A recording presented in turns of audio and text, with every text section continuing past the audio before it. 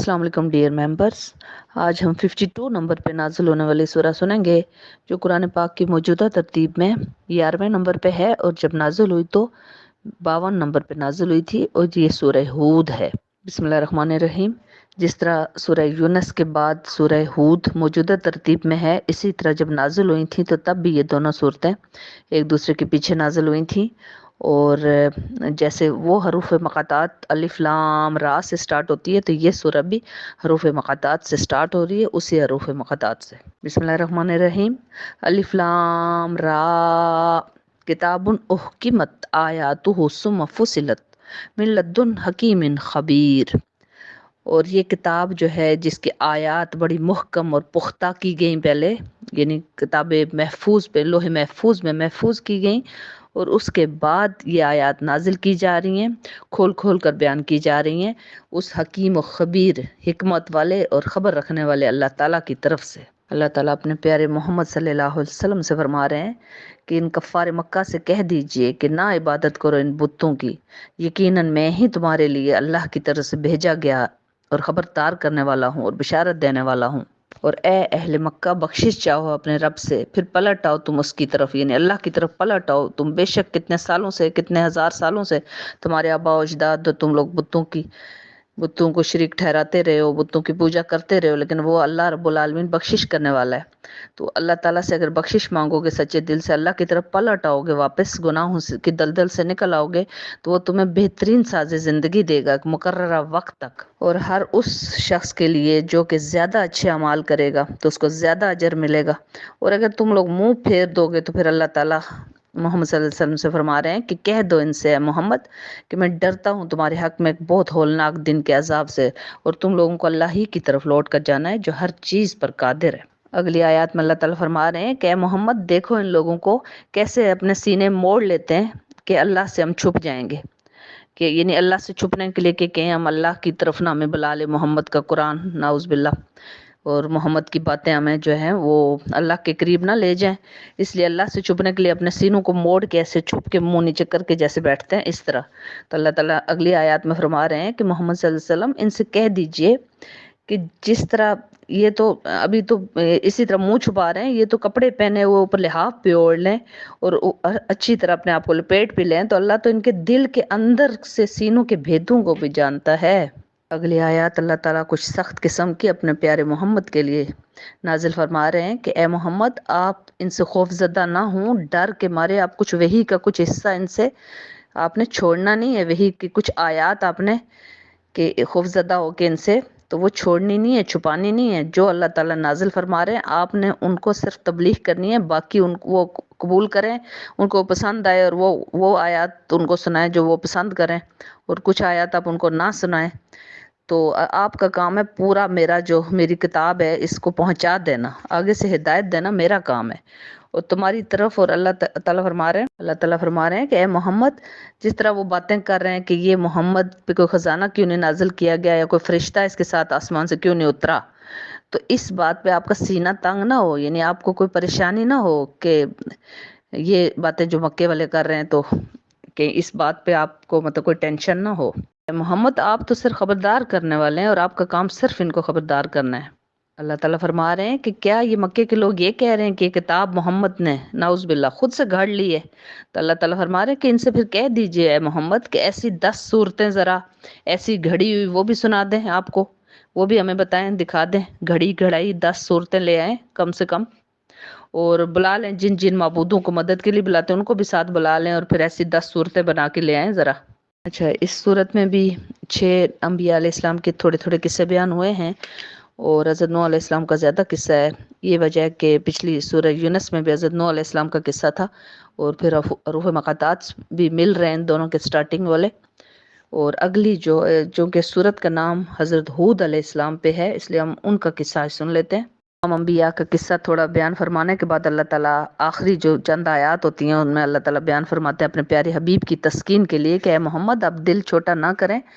क्योंकि उन अम्बिया के साथ आपसे भी ज़्यादा उनके जो थे कौम के लोगों ने किया था और फिर उनको हमने तबाह कर दिया, तो इस कौम ने भी अगर आपको नहीं माना तो इनको भी तबाह कर दिया जाएगा। अच्छा, चूँकि आप जानते हैं इस सूरत में भी और कई सूरतों में, और हम आगे चल के हज़रत नूह अलैहिस्सलाम का पूरा किस्सा सुनेंगे کہ حضرت نوح علیہ السلام کی کشتی میں جو جو سوار تھے صرف وہی لوگ ایمان لائے تھے، حتیٰ کہ ان کا اپنا بیٹا پیچھے رہ گیا تھا، کیونکہ ان کا بیٹا یہ کہہ رہا تھا کہ میں تو پہاڑ پہ چڑھ جاؤں گا اگر آپ کہتے ہیں کہ یہ خشکی والی جگہ پہ اللہ کا پانی آئے گا، اگر وہ آیا تو میں تو پہاڑ پہ چڑھ جاؤں گا۔ اور بالآخر پہاڑوں تک وہ پانی آیا تھا۔ تو وہ حضرت نوح علیہ السلام کا قصہ بعد میں سنیں گے، لیکن حضرت نوح علیہ السلام کی قوم کے جو چند لوگ بچ گئے تھے، ان میں ان کے بیٹے سام جو ہیں ان کی اولاد سے ہود علیہ السلام کی قوم جو تھی وہ پیدا کی گئی تھی، اور وہ احقاف نامی بستی میں وہ آباد ہوئے تھے، اور سورہ احقاف میں بھی اب ان کا کچھ حصہ ان کا واقعہ سنیں گے اسی قوم کا، لیکن چونکہ ہم ایک ہی دفعہ ساری صورتوں سے اکٹھا کر کے سنتے ہیں۔ احقاف کے معنی ٹیلے کے ہیں، اور حضرت ہود علیہ السلام کی قوم جو کہ قوم عاد کے نام سے جانی جاتی ہے، اور آپ نے پیچھے سورہ فجر میں بھی ان کے بارے میں سنا تھا کہ ان کی مثل کوئی قوم دنیا میں نہ پیدا کی گئی تھی پہلے، نہ ہی پیدا کی جائے گی، کیونکہ وہ حضرت آدم علیہ السلام کے قد جتنے، ان کے یعنی کھجوروں کے درختوں جتنے، اور لمبے لمبے لمبے تڑنگے، اور بالکل وہ موٹے تازے، مطلب سے صحت مند نوجوان ہوا کرتے تھے، ان جیسی کوئی قوم نہیں پیدا کی گئی، اللہ تعالیٰ فرماتے ہیں۔ اچھا، قوم عاد کے جو لوگ تھے نا، وہ رہائش کے لیے بڑے بڑے خیمے لگایا کرتے تھے، لیکن وہ ان پہ بڑا فخر ہوتا تھا ان کا کہ بڑے خوبصورت خوبصورت خیمے ہوتے تھے، رہتے وہ وہیں پہ تھے، لیکن وہ بڑے بڑے محلات بے جا بے وقوفانہ طریقے سے، یعنی اپنی جو طاقت تھی نا، طاقت کا انہوں نے جو نا یہی پہ ساری طاقت انہوں نے ان محلات اور ان بڑے بڑے، جیسے ابھی پلازے بنتا ہے اس طرح کے، وہ ہاتھوں سے بنا لیتے تھے، ہاتھ اوپر کرتے تھے بن جاتا تھا ان کو، مطلب وہ سیڑھیوں کی ضرورت بھی نہیں پڑتی تھی، شہروں کے راستے بھی چوڑے چوڑے انہوں نے بنائے ہوئے تھے۔ اور اس کے بعد حضرت نوح علیہ السلام کی جو قوم تباہ کر دی گئی، اور بعد میں جو لوگ بچے تو وہ سارے کے سارے چونکہ ڈر گئے، اس طوفان نوح کے بعد ڈرے ہوئے تھے، خوفزدہ تھے، تو توحید پر ہی قائم تھے، لیکن رفتہ رفتہ ان میں شرک میں مبتلا ہونے لگے، اور یہ لوگ رہتے تو اسی زمین والے خیموں میں ہی تھے، لیکن اپنی شان و شوکت بڑائی ظاہر کرنے کے لیے وہ بڑے بڑے محلات ضرور بناتے تھے، دکھاوے کے لیے، یعنی شوخیاں مارنے کے لیے، اور ایک سے بڑھ کے مقابلے میں پھر بڑے بڑے محلات بناتے، اور اپنی چونکہ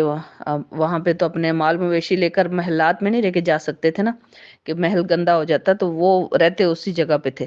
لیکن محل انہوں نے صرف دکھانے کے لیے بنائے ہوتے تھے۔ حضرت ہود علیہ السلام نے کئی سال تک تبلیغ کی ان کو، اور ان کو منع فرمایا کہ تم لوگ ایسے کام کیوں کرتے ہو جس کا کوئی مطلب، جن کا کوئی فائدہ نہیں ہے، جس کا کوئی مقصد نہیں ہوتا، بے جا فضول خرچیاں کرتے ہو، بے جا اپنا ٹائم ضائع کرتے ہو، اور صرف شوخیاں مار رہے ہو، یعنی اور بھی برائیوں میں وہ مبتلا تھے، لیکن یہ والی جو برائی تھی نا، یہ سب سے بڑھ کر تھی۔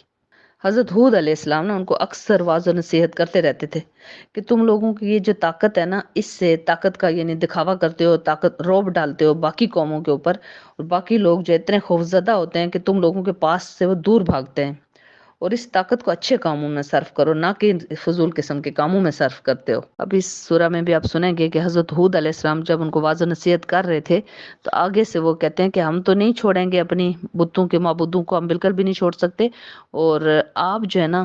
آپ کا جو دماغ، نعوذ باللہ، کہ آپ کا دماغی توازن جو ہے نا اسی لیے بگڑ گیا ہے، یعنی آپ اس لیے اس طرح کی باتیں کر رہے ہیں کہ ایک اللہ کی توحید اور ایک اللہ کو مانو، کہ آپ کو ہم شروع سے منع کرتے تھے کہ آپ اس طرح کی باتیں نہ کریں، یعنی بتوں کو چھوڑ کے آپ باقی اللہ کو معبود بنا رہے تھے نا، تو اسی لیے کسی بت کی آپ کو لگ گئی، اور آپ کو اس طرح کا ذہن جو ہے نا آپ کا خراب ہو گیا، نعوذ باللہ، یعنی کہ یہ بات وہ اپنے نبی سے کہہ رہے تھے، اور یہی بات کفار مکہ محمد صلی اللہ علیہ وسلم سے کر رہے تھے۔ یہ وجہ ہے کہ اللہ تعالیٰ وہ واقعات سنا کے اپنے پیارے نبی سے فرماتے ہیں کہ دیکھ لیں کہ ان انبیاء کے ساتھ بھی ایسی ہی باتیں ہوا کرتی تھیں، اور ہم نے ان کی پوری قوموں کو تباہ کر ڈالا تھا۔ حضرت ہود علیہ السلام اپنی واضح و نصیحت پہ ڈٹے رہے، اور اللہ سے ڈراتے رہے ان کو کہ اللہ سے ڈرو، اس اللہ کی عبادت کرو جس نے تمہیں طاقتور قوم بنایا ہے، ہر طرح کی نعمت سے نوازا ہے، اس کا شکر ادا کرو، بجائے اس کے کہ تم جو ہے نا اپنے شوخیوں میں اپنے تکبر اور غرور کے لیے بڑے بڑے محلات بنا رہے ہو۔ لیکن قوم پر اس واضح نصیحت کا بالکل بھی اثر نہیں ہوتا تھا، اور الٹا وہ گھمنڈ میں آ کر کہتے تھے کہ ہم سب اپنی عقل مندی سے ہی یہ ساری چیزیں ہمیں ملی ہیں، اس میں ہمیں کوئی نعوذ باللہ اللہ کی طرف سے ہمیں کچھ نہیں ملا، اور ہم ہیں ہی اس قابل کہ یہ سب नेमतें हमें मिलती, नाउज़ बिल्ला। और आप हर वक्त हमें नसीहतें ना किया करें, हम ईमान नहीं लाएंगे और अल्लाह की नाशुक्री और तकब्बुर में मजीद सरकशी पर जब वो उतर आए और फखरिया कहते थे कि कौन है जो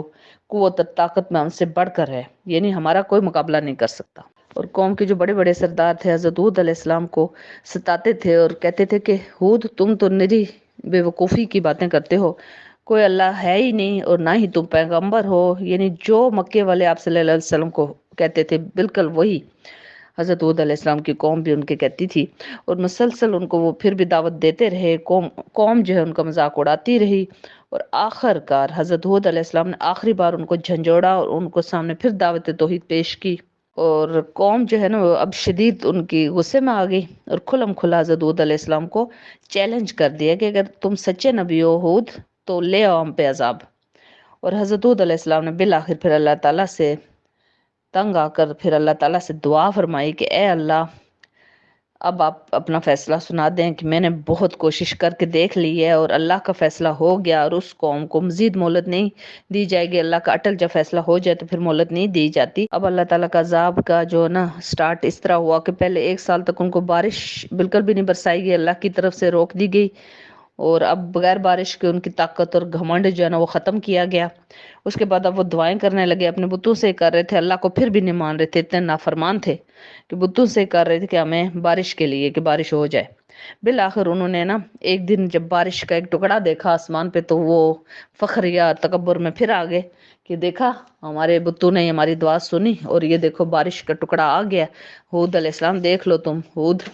नाउज़ुबिल्लाह, कि